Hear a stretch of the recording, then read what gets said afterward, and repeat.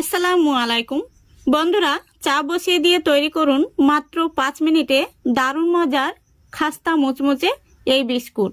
এই বিস্কুটগুলো আপনারা একবার বানিয়ে 1 থেকে 2 মাস পর্যন্ত সংরক্ষণ করে রাখতে পারবেন।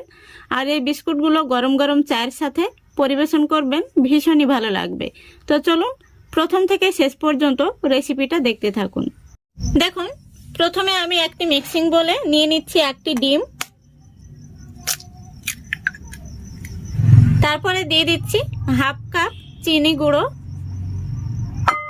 চিনিটাকে এখানে গুঁড়ো করে নেওয়ার চেষ্টা করবেন, তাহলে খুব সহজেই মিশে যাবে।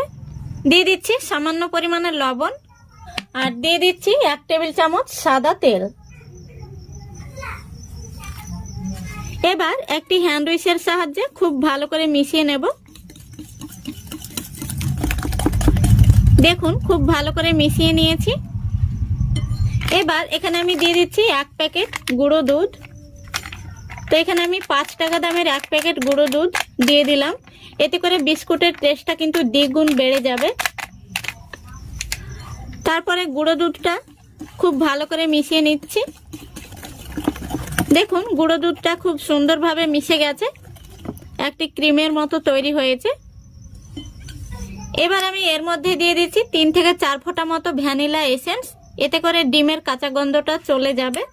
আপনাদের হাতের কাছে না থাকলে সামান্য পরিমাণে এলাচ গুঁড়ো দিয়ে নেবেন। ভ্যানিলা এসেন্স দেওয়ার পরে আবারও খুব ভালো করে মিশিয়ে নিতে হবে। দেখুন, খুব ভালো করে মিশিয়ে নিয়েছি। এবার এর মধ্যে দিয়ে দেব ময়দা। তো এখানে আমি 1 কাপ ময়দা দিয়ে দিচ্ছি। ময়দাটা আগে থেকে আমি চেলে নিয়েছি, অবশ্যই চেলে নেবেন। তারপরে দিয়ে দিচ্ছি চা চামচের 3 ভাগের 1 ভাগ খাবার সোডা। এখানে বেকিং পাউডার দেবেন না। এবার আমি হ্যান্ড উইচটা তুলে নিচ্ছি, আর হাত দিয়ে খুব সুন্দর করে একটি ডো মেখে নিচ্ছি। দেখুন, ডোটা আমি খুব সুন্দর করে মেখে নিয়েছি। কতটা সফট হয়েছে দেখুন। হালকা করে কিছুটা ময়দা ছড়িয়ে দিয়ে তার উপরে আমি ডোটাকে নিয়ে নিয়েছি। এবার হাত দিয়ে চেপে চেপে ডোটাকে আমি কিছুটা বড় করে নিচ্ছি। তো দেখুন, আমি হাত দিয়ে চেপে চেপে কিছুটা বড় করে নিয়েছি। এবার উপর থেকে কিছুটা ময়দা দিয়ে আমি মোটা করে একটি রুটি বেলে নেব।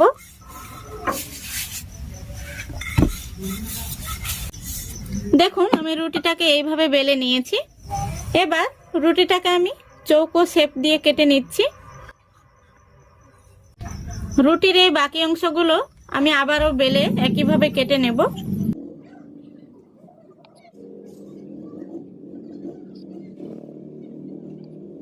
দেখুন, আমি বিস্কুটগুলো চৌকো শেপ দিয়ে কেটে নিয়েছি।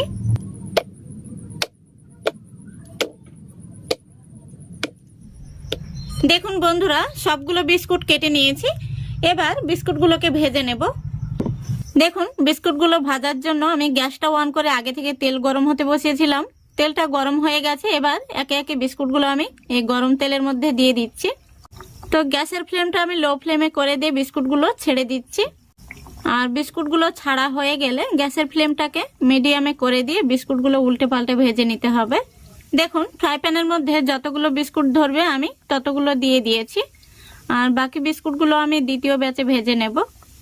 তো দেখুন, কিছুক্ষণ পর বিস্কুটগুলো কিন্তু তেলের মধ্যে ভেসে উঠেছে। এবার আমি বিস্কুটগুলো একে একে উল্টে দিচ্ছি। এইভাবে বিস্কুটগুলোকে উল্টে পাল্টে আমি গোল্ডেন ব্রাউন কালার করে ভেজে নেব। দেখুন, বিস্কুটগুলোকে আমি উল্টে পাল্টে গোল্ডেন ব্রাউন কালার করে ভেজে নিয়েছি। এবার বিস্কুটগুলোকে আমি তেল থেকে তুলে নেব। এই বিস্কুটগুলো ভাজতে খুব বেশি সময় লাগে না, 4 থেকে 5 মিনিটের মতো সময় লাগে। আর এই বিস্কুটগুলো কিন্তু আপনারা চা তৈরি করার আগেই বানিয়ে নিতে পারবেন।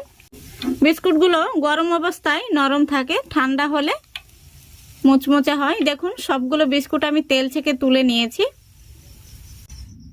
দেখুন বন্ধুরা, সবগুলো বিস্কুট আমি ভেজে নিয়েছি। বিস্কুটগুলো দেখতে কত সুন্দর কালার এসছে দেখুন।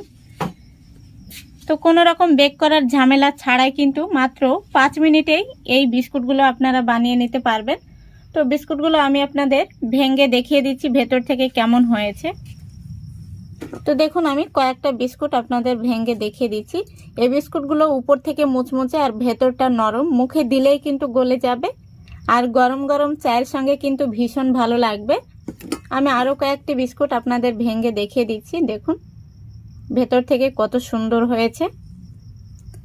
তো আশা করছি আজকের এই রেসিপিটা আপনাদের ভালো লেগেছে। ভালো লাগলে অবশ্যই লাইক কমেন্ট শেয়ার করে দেবেন এবং চ্যানেলটিকে সাবস্ক্রাইব করে অল নোটিফিকেশানটি অন করে সঙ্গে থাকবেন। আজকের মতো এখানেই বিদায় নিচ্ছি। সবাই ভালো থাকবেন, সুস্থ থাকবেন। খোদা হাফেজ।